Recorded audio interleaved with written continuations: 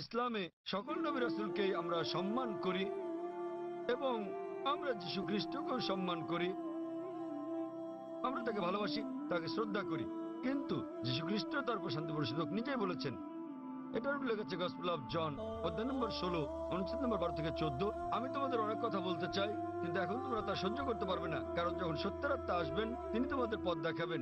তিনি নিজে থেকে কিছু বলবেন না, যা শুনবেন তাই বলবেন, তিনি আমাকে সম্মানিত করবেন। সুতরাং এখানে যীশু খ্রিস্ট তার উপর শান্তি বর্ষিত হোক ভবিষ্যৎবাণী করেছেন সর্বশেষ ও চূড়ান্ত নবী মুহাম্মদ সাল্লাল্লাহু আলাইহি সাল্লামের আগমনের।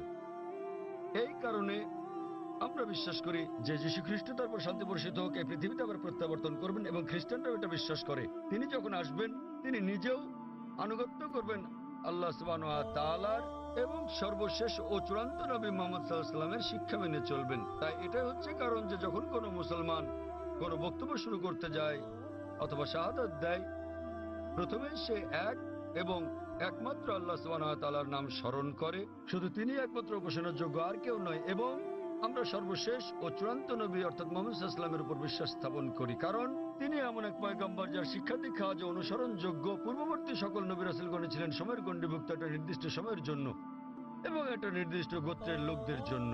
যেহেতু নবী মুহাম্মদ সাল্লাল্লাহু আলাইহি ওয়াসাল্লামকে পাঠানো হয়েছে সমগ্র মানবজাতির জন্য এবং তার বার্তা সময়ের গণ্ডীভুক্ত নয়, এ কারণে আমরা তার নাম উল্লেখ করে থাকি। অন্যথায় ইসলামে আমাদের সকল নবীদেরকে সম্মান করতে হয়। আর আমি যদি আপনার কথা মেনে নেই, যেভাবে আগে বলেছিলাম আমার লেকচার শুরুর সময়, আমাকে বলতে হবে আল্লাহর নাম যিনি সর্বময়, সর্বোচ্চ, ক্ষমাশীল, এবং তার নবীদের নাম আদম এবং নূহ, তারপর সালেহ, ইদ্রিস, ইব্রাহিম, ইসমাইল, ইসহাক, মুসা, ঈসা, এবং তারপর আরো কারো নাম বলে আমি বলতে পারি মুহাম্মদ সাল্লাল্লাহু আলাইহি ওয়াসাল্লাম। আমরা যখনই মুহাম্মদ সাল্লাল্লাহু আলাইহি ওয়াসাল্লামের নাম উল্লেখ করি অন্য সকল নবীরা হয়তো অন্তর্ভুক্ত হন, কেননা এই কিতাব পবিত্র কোরআন যা কিনা নাজিল হয়েছিল নবী মুহাম্মদ সাল্লাল্লাহু আলাইহি ওয়াসাল্লামের উপর, এখানে বলা আছে যে প্রত্যেক মুসলমানের দায়িত্ব আল্লাহ সুবহানাহু ওয়া তাআলার সকল নবী রাসূলগণকে সম্মান করা, এমনকি যদিও তাদের নাম পবিত্র কোরআনে উল্লেখ নাও থাকে। সুতরাং আমরা তাদের ভালোবাসি, তাদের সম্মান করি, কিন্তু আমাদেরকে নাম নিতে হবে সর্বশেষ ও চূড়ান্ত নবীরই, যেহেতু তার বাণী আজও অনুসরণ করা হচ্ছে। আশা করি উত্তরটা পেয়েছেন।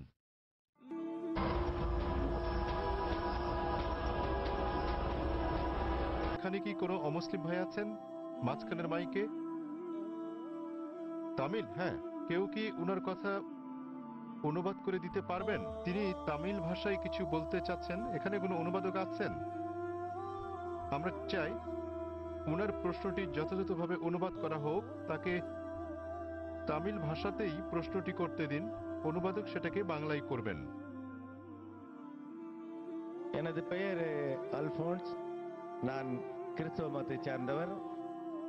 சென்னை பெரம்பூரிலிருந்து வருகிறேன். நான் இஸ்லாம் மதத்தினுடைய வீட்டிற்கு சென்று பீஸ் டிவி, தங்களது பீஸ் டிவியில் இஸ்லாம் மதத்தின் அனைத்து விஷயங்களையும் பார்ப்பேன். 7000 ரூபாய் கட்டினால் மட்டுமே பீஸ் டிவி சேனல் தெரியும் என்ற நிலைக்கு உள்ளது. ஆதலின் ஏன் இதை கேபிளில் ஒளிபரப்ப தங்கள் மதத்தை ஒளிபரப்பக்கூடாது என்று நினைக்கின்றேன். তার প্রশ্নটি হল পিস টিভির সম্প্রচার বিষয়ে। তিনি জিজ্ঞাসা করেছেন কেন পিস টিভি, কেবল টিভি বা অন্যান্য স্থানীয় কেবল চ্যানেলে সম্প্রচার হয় না।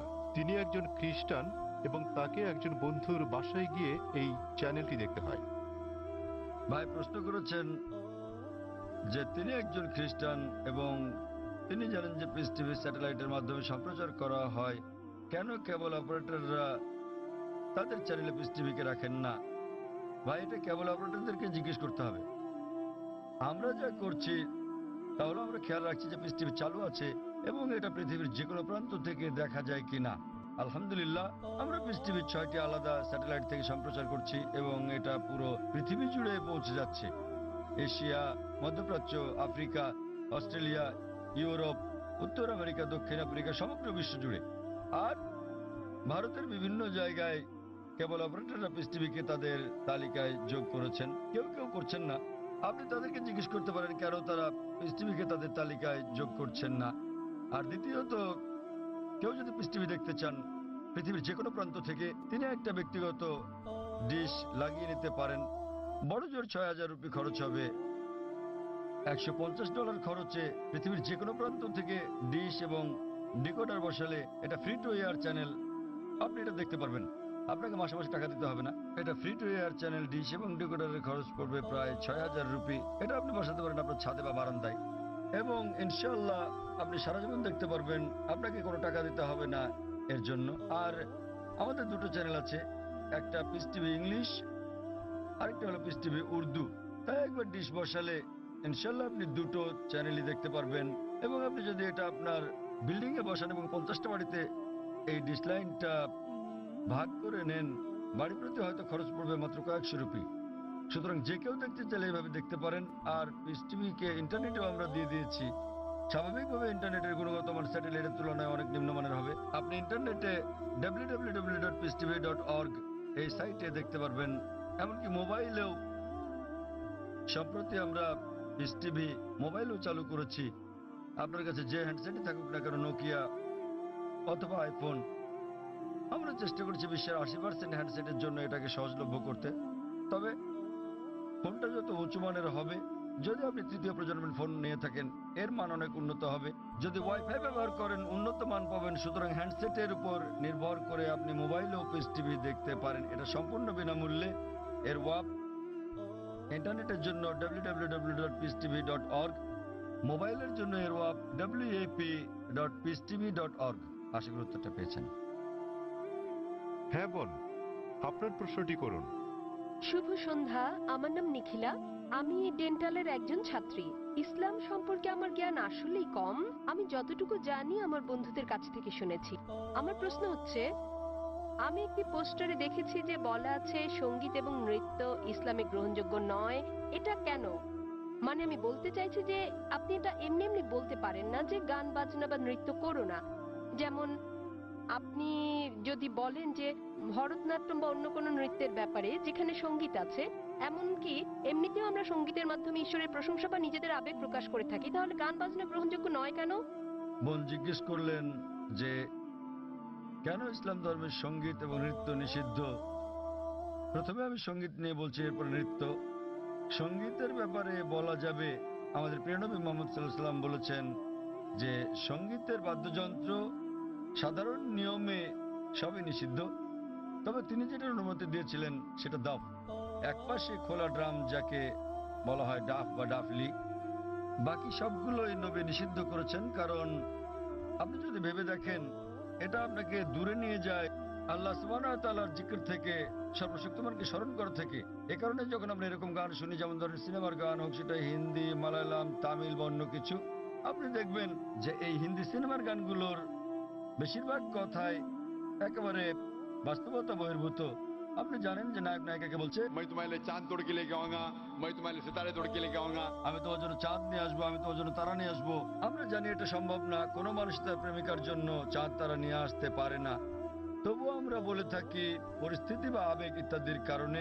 তো এই কারণে সাধারণ অনুশাসন হচ্ছে যে সঙ্গীত একজন মানুষকে আল্লাহ সুবহানাহু ওয়া তাআলার কাছ থেকে দূরে নিয়ে যায়। এ কারণে আমাদের প্রিয় নবী বাদ্যযন্ত্রকে নিষিদ্ধ করেছেন দাফ ছাড়া।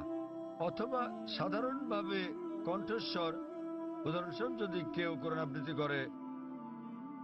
আবৃত্তি করে তার কণ্ঠ সুন্দর, সেটা ঠিক আছে, কারণ এটা একজন মানুষকে আল্লাহ সুবহানাহু ওয়া তাআলার দিকে নিয়ে আসে।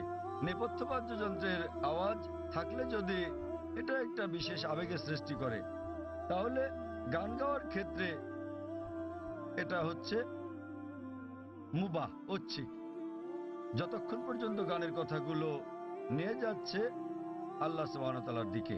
যদি গানের কথাগুলো আপনাকে আল্লাহর কাছ থেকে দূরে সরিয়ে নিয়ে যায়, তাহলে সে ধরনের গানও নিষিদ্ধ। এবার আসি দ্বিতীয় ভাগে, নৃত্য করা কেন নিষিদ্ধ। কোরআনে এমন কোনো আয়াত নেই, অথবা আমার জানার মতো কোনো হাদিস নেই যেখানে বলা আছে যে নৃত্য করা হচ্ছে হারাম। কিন্তু সাধারণভাবে যেহেতু মানুষ নাচে অন্য মানুষদের দেখানোর জন্য, আপনারা জানেন যে মঞ্চে নৃত্য পরিবেশন করা হয়, যেমন ভরতনাট্যম। আপনি মঞ্চে ভরতনাট্যম করছেন আর হাজার হাজার লোক আপনাকে দেখছে। সাধারণভাবে যদি হিজাবের দিক থেকে বলি, আমরা চাইবো না যে উন্মুক্ত হোক আমাদের মহিলারা, আমাদের মায়েরা, আমাদের বোনেরা, আমাদের কন্যারা মঞ্চে উঠুক আর হাজার হাজার লোক তাদের দেখুক। তো যে কোনো পেশা যেখানে শরীরকে প্রদর্শন করা হয়ে থাকে মানুষকে বিনোদন দেওয়ার জন্য, সেটা নিষিদ্ধ। এই কারণেই মানুষজনের সামনে নাচা অথবা নাচ করা কোনো পার্টিতে যেখানে বিপরীত লিঙ্গের মানুষেরা থাকে, বেশিরভাগ ক্ষেত্রে নাচের নিয়মগুলো এগুলো ইসলামী শরিয়ার বিরুদ্ধে যায়। যখন আপনি নাচেন বেশিরভাগই জোড়া বেঁধে, ছেলে এবং মেয়ে, আর তাদের মধ্যে বেশিরভাগই গার্লফ্রেন্ড বয়ফ্রেন্ড, এবং তারা অন্য মানুষদের সামনে নাচে। সুতরাং যেহেতু এটা ইসলামী হিজাবের নিয়মের পরিপন্থী, এ কারণেই বলা হয় এটা নিষিদ্ধ, কারণ এটা হিজাবের নিয়মের বিপরীত। তাই বুঝতে হবে যে যখন নাচ করছেন, আপনি মানুষজনের সামনে নাচ করছেন, পার্টিতে যাচ্ছেন, আবার ঘুরে বেড়াচ্ছেন, আর না হলে শুধু স্বামী স্ত্রী মিলে যেভাবে খুশি সময় কাটাতে পারেন, যতক্ষণ এটা শরিয়ার বিরুদ্ধে না যাচ্ছে। বদ্ধ ঘরের ভেতরে স্বামী স্ত্রী মিলে যা খুশি করতে পারেন, যদি এটা কোরআন ও হাদিসের নিয়ম কানুনের বাইরে না যায়, কোনো সমস্যা নেই। কিন্তু যেহেতু বেশিরভাগ সময় নাচ শরীরকে প্রদর্শন করে থাকে, এতে গান থাকে, নাচ থাকে, আপনি মঞ্চে উঠছেন না, লোকেরা আপনাকে দেখছে, তাই এটা শরিয়ার হিজাবের নিয়মের বিরুদ্ধে। এ বিষয়ে আমার ভিডিও ক্যাসেট দেখেন, ইসলামে নারীর অধিকার আধুনিক না সেকেলে, সেখানে বিস্তারিত আছে কেন আমরা মুসলিমরা নারীদের নিরাপত্তা দেই, ভালোবাসি, তাদেরকে কি চোখে দেখি। যেহেতু আমরা নারীদের ভালোবাসি, আমরা তাদের নিরাপত্তা দেই এবং আমরা তাদের প্রদর্শন করতে চাই না। এই কারণেই যে সমস্ত পেশায় প্রকাশ্যে গান গাওয়া বা নাচ করা অথবা মডেলিং এর ব্যাপার আছে, সেগুলো নারীর জন্য নিষিদ্ধ। আশা করি উত্তরটা পেয়েছেন।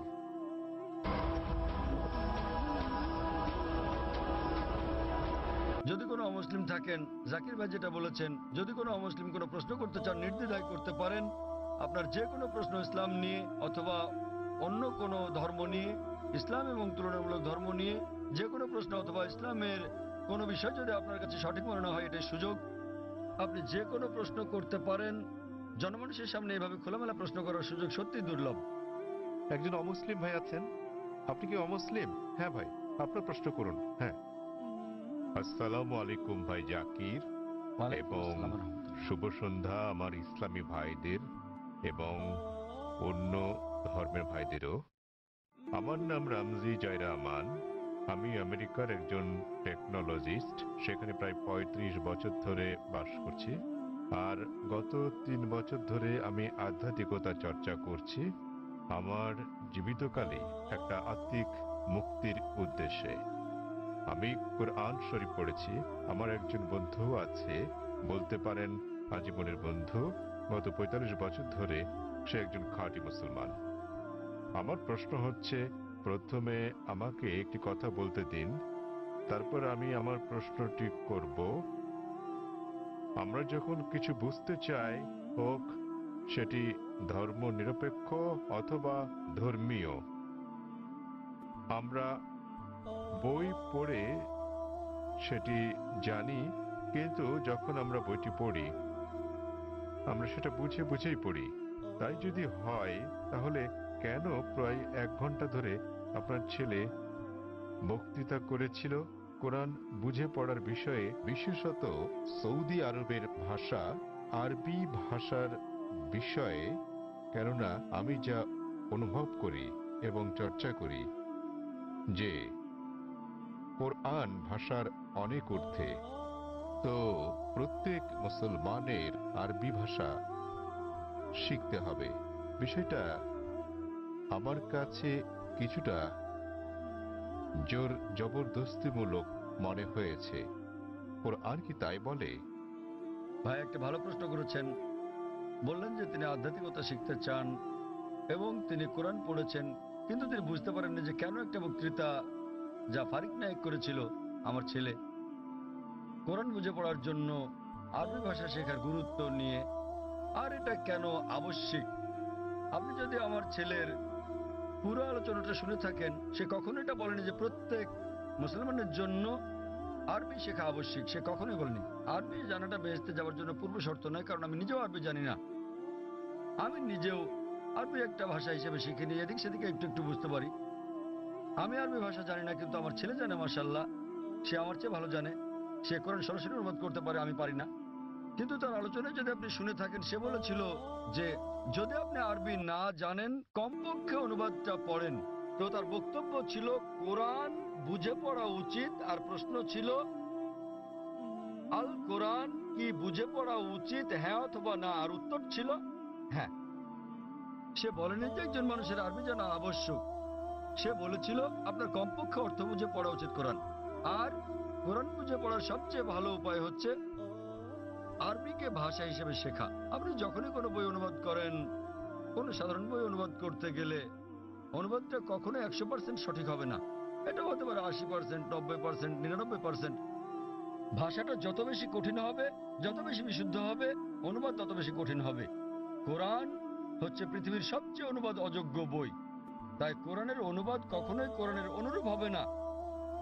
কারণ আরবি ভাষাটা এতই শক্তিশালী, এতই বিশুদ্ধ, আর এছাড়া এটা সর্বশক্তিমান আল্লাহ সুবহানাহু ওয়া তাআলার বাণী। এই কারণেই সর্বোৎকৃষ্ট উপায় হচ্ছে আরবিকে ভাষা হিসেবে শেখা। দ্বিতীয়ত, আপনি যদি আরবি ভাষা না জানেন, তাহলে সে বলেছিল যে ভাষাটা ভালো জানেন সেই ভাষায় অনুবাদটা পড়েন। আপনি ইংরেজি জানলে ইংরেজিতে পড়ুন, তামিল জানলে তামিলে পড়ুন, হিন্দি জানলে হিন্দিতে, বাংলায় জানলে বাংলায় কোরআনের অনুবাদ পড়ুন। সে যা বলেছিল তার মূল বক্তব্য ছিল কোরআন পড়ুন অর্থ সহকারে। এখন এই প্রশ্নটা একজন সাধারণ মানুষের পক্ষে খুবই স্বাভাবিক। আপনার প্রশ্ন ছিল কেন একজন মানুষ বলবে যে বইটি অর্থ বুঝে পড়ো? অর্থ তো বোঝাই গেছে। যখনই কোনো বই পড়া হয় সেটি তো অর্থ বুঝেই পড়া উচিত।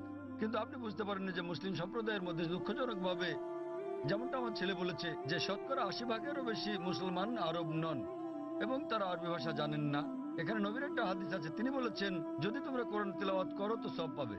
সেই কারণে বেশিরভাগ মুসলিম যখন কোরআন পড়ে তারা আরবিতেই পড়ে, কিন্তু তার অর্থটা বোঝে না। তাই এটা পৃথিবীর সবচেয়ে বেশিবার পড়া বই, কিন্তু একই সাথে অর্থ না বুঝে সবচেয়ে বেশিবার পড়া বই ওটি। তো আমার ছেলে বলেছিল আরবি অংশটা পড়ার পরে যা বেশিরভাগ অমুসলিমই বোঝেন না, অন্তত সেই অংশের অনুবাদটা পড়েন সেই ভাষায়, যে ভাষাটা আপনি ভালো বোঝেন।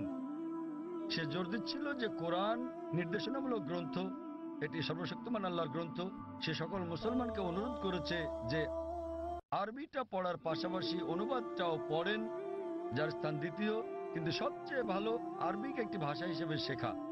কেননা আপনি যদি আরবি জানেন এবং শুদ্ধ ভাষা জানেন, যা আমরা আমাদের স্কুলে শেখাই, ইসলামিক ইন্টারন্যাশনাল স্কুল বোম্বে এবং ইসলামিক ইন্টারন্যাশনাল স্কুল চেন্নাইতে, তাহলে সংযোগ সূত্র পেয়ে যাবেন এবং কোরআনের অর্থ বোঝাটা আরো ভালোভাবে হবে। আশা করি উত্তরটা পেয়েছেন। ধন্যবাদ। সেখানে কি কোনো অমুসলিম ভাই আছেন? হ্যাঁ, হ্যাঁ ভাই, আপনার প্রশ্নটি করুন। শুভ সন্ধ্যা ডাক্তার সাহেব, আমি রাজা, একজন নির্বাহী অফিসার, চেন্নাই থেকে এসেছি। প্রশ্ন করার আগে আমি একটি উদাহরণ দেব, তারপর আমি আমার প্রশ্নটি করব। বিজ্ঞানীরা অনেক ধরনের জিনিস আবিষ্কার করেছেন মানব জাতির জন্য।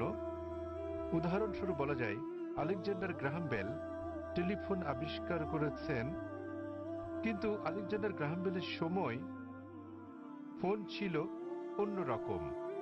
কিন্তু এখন আমাদের এই আধুনিক 24 শতকে আমরা ব্যবহার করছি মোবাইল, ইমেইল পাঠাচ্ছি, ইন্টারনেট, ফ্রিল্যান্স, ছবি, সারা বিশ্ব জুড়েই। আমি যা বলতে চাইছি, মানুষ যাই সৃষ্টি করেছে তার কিছু অংশের পরিবর্তন হতে পারে, কিন্তু একটা ব্যাপার আমি বুঝি, তা হলো যদিও আমি একজন আধ্যাত্মিক মানুষ, তো এই সাপ্তাহিক চক্র অর্থাৎ সপ্তাহের 7 দিন, এটা সারা বিশ্বেই একই নিয়মে পালন করা হয়। হোক এটা ভারতে, আফগানিস্তানে, অথবা হতে পারে জার্মানি, ইউরোপ, মধ্যপ্রাচ্য, আফ্রিকা, যেখানেই হোক না কেন, প্রায় 600 কোটি মানুষ এই সাপ্তাহিক চক্রকে অনুসরণ করে, অর্থাৎ 7 দিন, রবিবার থেকে শনিবার। আমার মনে হয় ডাক্তার সাহেব, এই 7 দিনের সাপ্তাহিক চক্র কোনো মানুষের দ্বারা তৈরি হয়নি।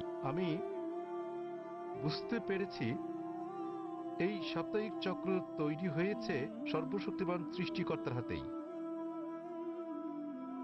আমি প্রশ্ন করতে চাই যে এই 7 দিনের চক্রের কথা কি কোনো ধর্মগ্রন্থে লেখা আছে? আর সাথে আরেকটি প্রশ্ন, সেটি হলো যে আল কোরআনে কি সৃষ্টির কোনো নিয়মের উল্লেখ আছে কিনা? এইটুকুই। ভাই একটা প্রশ্ন করলেন যে মানুষ যখন কোনো কিছু আবিষ্কার করে, উদাহরণ হিসেবে আলেকজান্ডার গ্রাহাম বেলের টেলিফোন আবিষ্কারের কথা বলেছেন, কিন্তু সময়ের সাথে সাথে এটা বদলাতে থাকে, আর এখন আমরা মোবাইল ফোন ব্যবহার করছি যা অনেকটাই ভিন্ন। এগুলো মানুষের সৃষ্টি, কিন্তু এই সাপ্তাহিক চক্র সারা পৃথিবীতে অনুসরণ করা হয়। এটা সর্বশক্তিমান আল্লাহর সৃষ্টি, সর্বশক্তিমান আল্লাহর সৃষ্টি, সেজন্য এটা সমগ্র পৃথিবীতে অনুসরণ করা হয়। তিনি জানতে চান যে এই পৃথিবীর এই আবিষ্কারের কথা কোরআনে অথবা আগের ধর্মগ্রন্থগুলোতে উল্লেখ আছে কি না। ভাই আপনাকে একটা কথা বলি, আমি আপনার সঙ্গে একমত। মানুষ যখন কোনো কিছু আবিষ্কার করে সেটার বিবর্তন হতে থাকে, উন্নতি হতে থাকে, শুধুমাত্র আল্লাহরটা ছাড়া। আল্লাহ হলেন নিখুঁত, তিনি কিছু সৃষ্টি করলে সেটা নিখুঁতভাবে সৃষ্টি করেন, অথবা তিনি ধাপে ধাপে এটাকে উন্মোচন করতে পারেন, কারণ সৃষ্টির জন্য তিনি যেটা সৃষ্টি করেছেন মানুষের জন্য তারা বুঝতে নাও পারে। উদাহরণস্বরূপ তিনি অনেক নবী পাঠিয়েছেন। প্রথম নবী ছিলেন আদম আলাইহিসসালাম, এবং তারপর অনেক নবী পাঠিয়েছেন 1,24,000। সর্বশেষ নবী মুহাম্মদ সাল্লাল্লাহু আলাইহি সাল্লাম, তিনি অনেক বাণী পাঠিয়েছেন, অনেক গ্রন্থ। কিছু কিছু গ্রন্থের কথা কোরআনে উল্লেখ আছে, তাওরাত, জবুর, ইনজিল, এবং সর্বশ্রেষ্ঠ কোরআন। এমন না যে সর্বশক্তিমান আল্লাহ কোরআনের সম্পর্কে জানতেন না। ওই সময় মানুষ সেই বার্তাটা গ্রহণ করার উপযুক্ত ছিল না, তাই মানুষের অনুধাবন ক্ষমতার উপর ভিত্তি করে তিনি একের পর এক গ্রন্থ পাঠিয়েছেন। যখন তিনি দেখলেন যে মানুষ এবার মর্ম বুঝতে পারবে, তখন তিনি সর্বশেষ চূড়ান্ত গ্রন্থ আর সর্বশেষ চূড়ান্ত নবী মুহাম্মদ সাল্লাল্লাহু আলাইহি সাল্লামকে পাঠালেন। এবার আপনার প্রশ্নে আসি, সাপ্তাহিক চক্রের ব্যাপারে। 7 দিন সমগ্র পৃথিবীতে অনুসরণ করা হয়। আপনি বলেছেন রবিবার থেকে শনিবার, এই 7 দিনের চক্র সারা পৃথিবীতেই আছে, কিন্তু এটা সব জায়গায় এক নয়। আপনি যদি যান কোনো মুসলিম দেশে, রবিবার ছুটির দিন নয়, শুক্রবার ছুটির দিন। তাই এটা রবিবার থেকে শনিবার নয়, এটা শুক্রবার থেকে বৃহস্পতিবার, কিন্তু এটা 7 দিনই। তো এই 7 দিনের চক্রটা একই আছে, দিনগুলো ভিন্ন হতে পারে, যেমন এইসব ছুটির দিন ইত্যাদি। আর একইভাবে আপনি যদি বাইবেল পড়েন, বাইবেলের 7 দিনের কথা বলে থাকে সৃষ্টিকালের ব্যাপারে। এমনকি ইহুদি ধর্মগ্রন্থে এই কথা বলা আছে, পবিত্র কোরআনের কথা আছে, হাদিসের কথা বলে থাকে।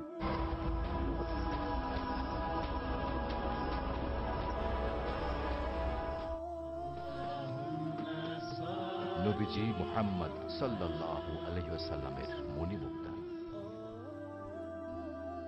আয়েশা রাদিয়াল্লাহু আনহা থেকে বর্ণিত, রাসূলুল্লাহ সাল্লাল্লাহু আলাইহি ওয়াসাল্লাম বলেন, হে আয়েশা, নিশ্চয়ই আল্লাহ সহনশীল, আর তিনি প্রত্যেক কাজে সহনশীলতা পছন্দ করেন। সহিহ বুখারী 9ম খণ্ড অনুচ্ছেদ 4, হাদিস নম্বর 6927।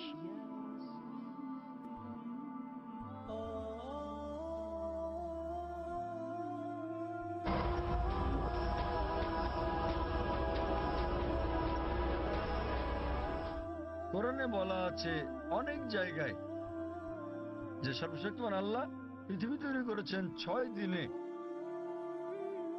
6টি পর্যায়ে।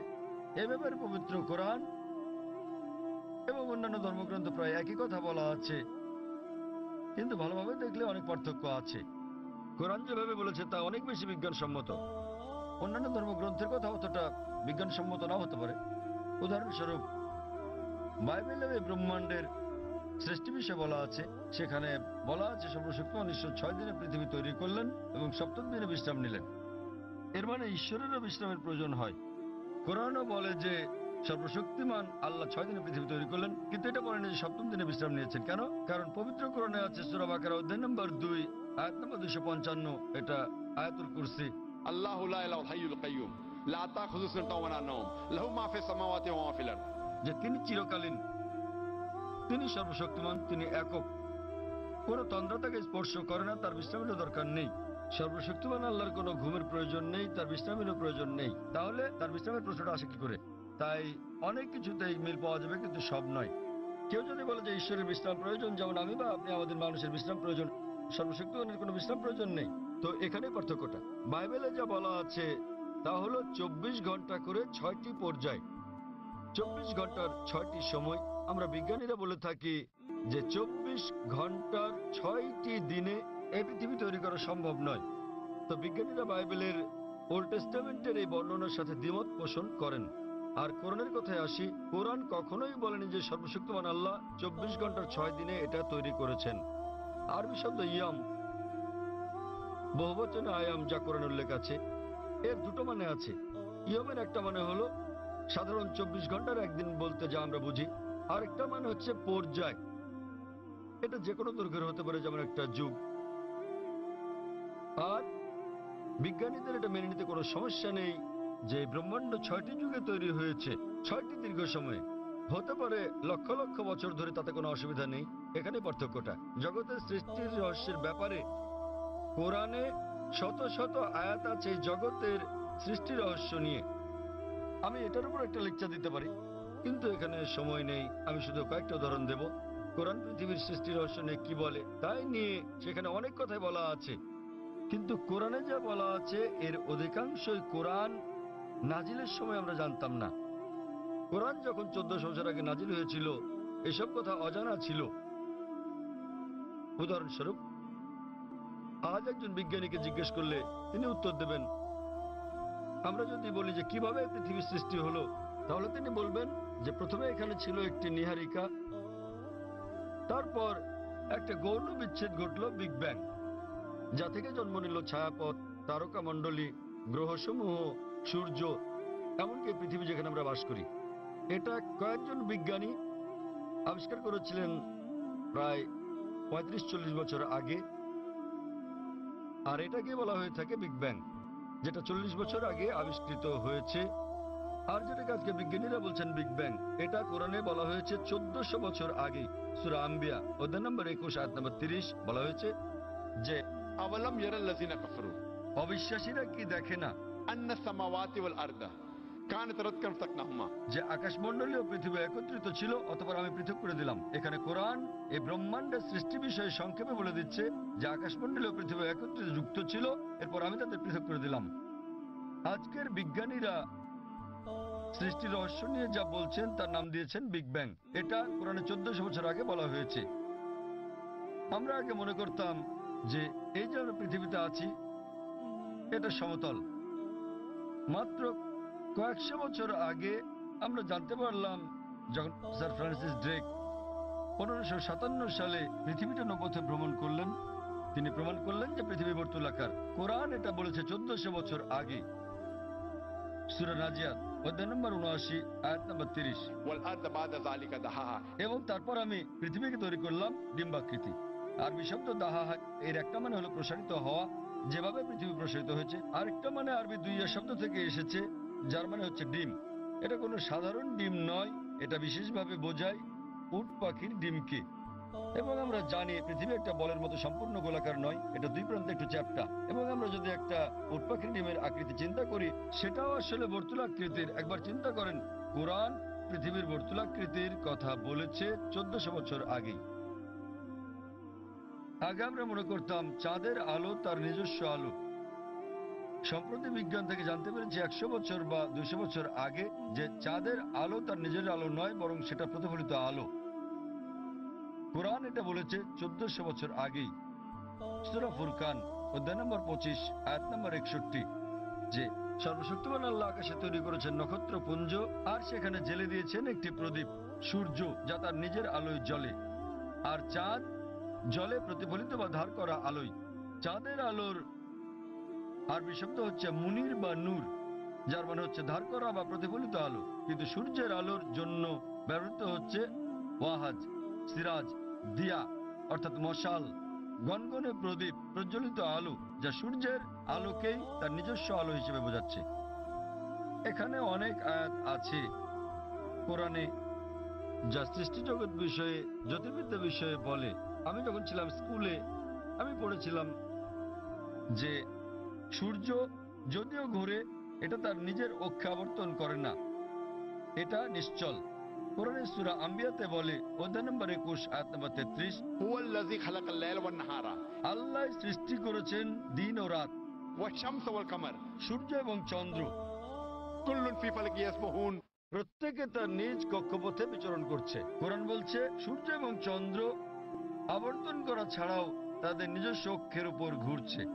আর আজ বিজ্ঞানের এত উন্নতির পরে আমরা জানি যে আমরা একটা টেবিলের উপর যদি সূর্যের ছায়া দেখি, তাহলে আমরা দেখতে পাবো যে সূর্যের গায়ে কালো দাগ রয়েছে, এবং এই কালো দাগগুলো প্রায় 25 দিনে একবার সম্পূর্ণ আবর্তন করে, যা দিয়ে বোঝায় সূর্য প্রায় 25 দিনে একবার আবর্তন করে।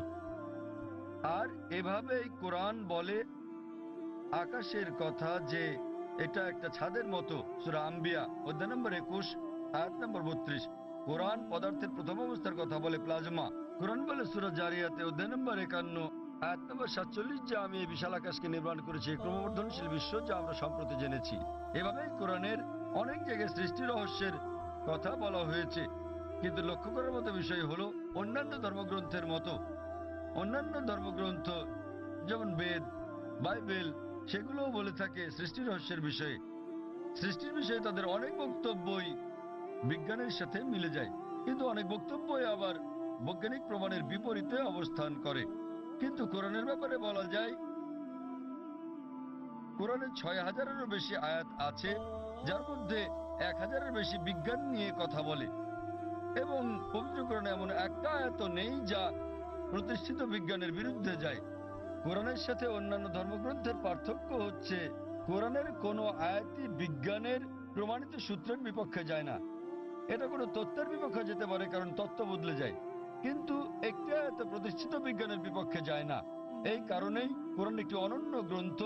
আর বলা যায় এটি সর্বশক্তিমান আল্লাহর একমাত্র আসমানি কিতাব, একমাত্র ধর্মগ্রন্থ যা তার প্রকৃত রূপে এখন পর্যন্ত অবিকৃত আছে। এই কারণেই আপনি যদি সমস্ত ধর্মগ্রন্থগুলোকে বিজ্ঞান দিয়ে পরীক্ষা করেন, সবগুলো ফেল করবে কোরআন ছাড়া। আর কোরআন হলো এই পৃথিবীর বুকে একমাত্র ধর্মগ্রন্থ যা বিজ্ঞানের পরীক্ষায় পাশ করবে। আশা করি উত্তরটা পেয়েছেন। হ্যাঁ, আমাদের বোনদের কাছ থেকে কোনো প্রশ্ন আছে কি? কোনো অমুসলিম বোন আছেন? জি আছে। হ্যাঁ বোন, আপনি আপনার প্রশ্নটি করুন।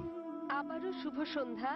আমি ব্রাহ্মণ্যবাদের একজন অনুসারী, কিন্তু আমি ইসলামের অনেক কিছুই পছন্দ করি। কিন্তু ইসলামের নিয়ম অনুসরণ করতে হলে আমাকে কি ইসলামে ধর্মান্তরিত হতে হবে, নাকি আমার ব্রাহ্মণ্যবাদের ধর্ম পালন করেই আমি ইসলামের বিভিন্ন নিয়ম অনুসরণ করতে পারবো? স্যার, আমি আপনার অনেক বক্তৃতাই দেখেছি, যেমন ইসলাম ও হিন্দু ধর্মের মধ্যে সাদৃশ্য এবং আরো অনেকগুলো। আপনার বক্তৃতা আমি খুবই পছন্দ করি। বোন খুব সুন্দর একটা প্রশ্ন করলেন। তিনি বললেন যে তিনি ব্রাহ্মণিজমের একজন একনিষ্ঠ অনুসারী, কিন্তু তিনি ইসলামের বিভিন্ন বিষয় পছন্দ করেন। তার প্রশ্ন হচ্ছে যে তিনি কি ইসলামের এই সব বিষয় অনুসরণ করতে পারেন এবং